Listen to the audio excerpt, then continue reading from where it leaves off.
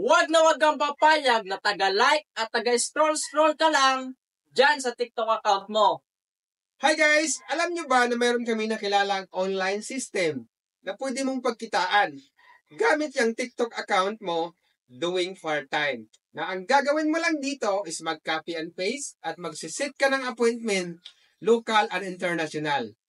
Yes, mag-copy and paste ka lang at good news, hindi mo na kailangan pa na magbenta ng kahit anong produkto at wala ka ng kuta na hahabulit pa.